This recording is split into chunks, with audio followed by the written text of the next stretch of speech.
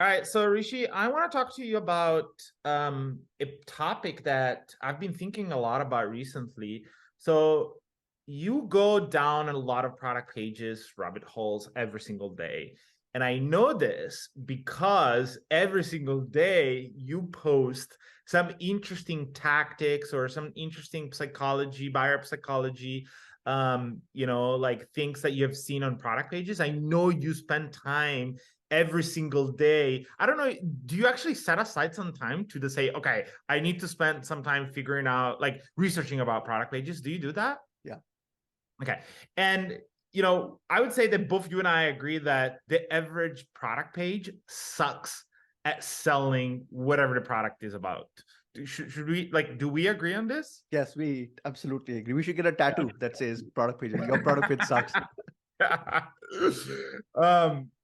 don't want to talk about the reasons why they suck so much, but one thing that I realize is that, if you look at the average kind of like journey that a customer has when they arrive on a product page, there's a lot of touch points that I've had with the brand before, right? I'm thinking about some of the discoveries I've done through doing customer keyword research for brands. I've seen a lot of people searching for, brand name Reddit or brand name YouTube or brand name reviews or brand name TikTok, right? So that shows, and I guess we didn't need evidence from the keyword research in order to show it, because this is something you and I both do whenever we need to purchase something. But that's an evidence that shows that people rely on social media, people rely on reviews in order to make a decision about if they need to buy a product, if they want to buy a product or not. And so I actually have I've gone down the rabbit hole of, trying to understand how social media is doing, if it's doing a good job or a bad job at selling a specific product. And I want to give you an example of like the channels that I looked at. The first one is I realized that there's a huge community of YouTubers that go on YouTube and they basically just review products. So for example, there's a YouTuber about reviewing mattresses. There's a YouTuber about reviewing, headphones. There's a super famous YouTuber. I can't remember his name, like Mekai, I think his name is, like, I think his name is that just reviews like tech products, the iPhone, the Samsung, and so on. And these people, the way I think about these people, Rishi, is first of all, they're customers, right? Because you're not going to review mattresses if you don't know anything about mattress, and if you haven't bought mattress yourself. Well, I guess everybody has a mattress, but maybe it's not a good example. But maybe like headphones, right? You're not going to talk about headphones if you have never bought a headphone, right? Like, Yeah. you need to be an expert at it.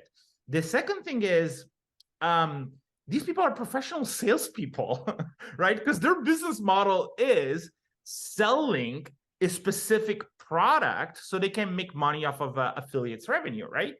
And obviously, as a YouTuber or as a TikToker, you need to be good at marketing. You need to be good at like persuasion, right? So what I realize is that YouTubers, TikTokers, any social media influencer is 10x, 100x better at selling whatever product they're promoting than the average product page. So what do you think about this? No, I totally agree. I'm going to ask you a follow-up question to this because let's say that I am launching I'm a small website. I'm a small product website. I'm launching a new product, not a new product category, but it's like I'm launching my own mattress. So there aren't couldn't find any reviews about my mattress. How could I leverage this technique? Yeah, it's a good question. So first of all, I would go on like YouTube, and actually first I would look at whatever you think your competitor is, right? Mhm. So you're kind of like, unless you're creating a brand new product Category. from, Yeah. yeah, for brand new category, might be a little bit more difficult. But if you're actually starting a business that sells a product that is competing against a current product, what I would do is I would go on YouTube and literally like type in the brand that you're competing against and then the term review. And then you're going to see a bunch of results of videos where YouTubers that are experts about mattresses, they actually review that mattress. And then what I would do is I would actually watch the first 10, 20 videos of different YouTubers reviewing the competitor mattress. And I would pay attention to every single little tactic that they're using in order to sell the mattress. Again, the term sell is strong here because they're actually not selling it, they're reviewing it, but they're using a lot of like selling techniques in order to talk about that product. So for example, I want to give you an example of a review of a mattress that I've seen. So there's a YouTube channel. I think it's called Sleepopolis or something like that. I'll put the name in the comments on of this episode. But basically, what these guys are doing is they are reviewing the top most popular mattresses in the world, like Casper and like Turf and Knittle and so on. And what they do is they actually talk about all the different features that the mattress has, and they actually demonstrate the feature in a very clever way. So, for example, for the one I've watched, they show how firm the mattress is. Like in that case, was a Casper mattress by basically like laying on the mattress, right?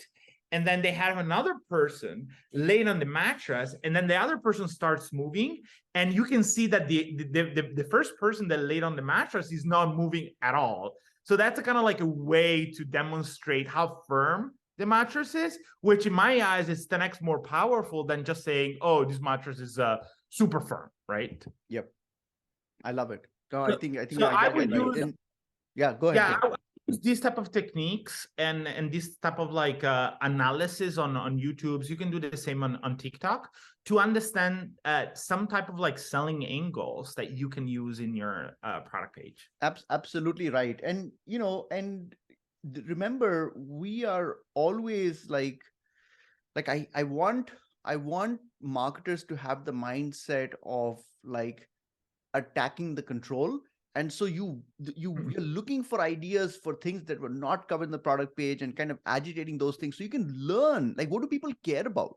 And so I think just from a diversity of ideas perspective, it's such a useful technique, because I would rather have my new product page outperform my old product page versus my competitor's product page outperforming mine, right? So it's that internal competition. So I think you can get a ton of insights and ideas about you can get a ton of ideas about how how people are kind of thinking about, like you said, demonstrating the product features, exaggerating it. I think you and I have Yeah. you've talked about some examples where some people even cut the product in half for cross-sectional views and stuff like that. These are great ideas that the brand should be using, right? To promote and advertise their product. I just love this idea. It's a great idea. Yeah, and I want to kind of like talk about another thing that I thought it was important, which is YouTubers in particular. The way I think about YouTubers is like if they're wearing the customer hat and the marketer hat at the same time, which is not something that is easy to find online. Like, who's the person that is able to wear the customer hat and the marketer hat at the same time? Super difficult to find, right? I agree. No, I think this is a very, very good idea. And I think even if you're looking into competitor products, it'll give you a ton of ideas and insights. And yeah, I think it's and to your point, the customer journey already includes these stops, right? So so I've watched a review on YouTube where the person presenting it is talking about, it's not for my brand but for other brands, like what are some of the features and attributes. In my mind now, those have now been set as expectations of my criteria for choosing. So if you're not aware of what's been talked about, then you are not able to resolve those concerns on your product page, and then they won't buy from you. So awesome. We'll see you again soon with another quick bite. Take care.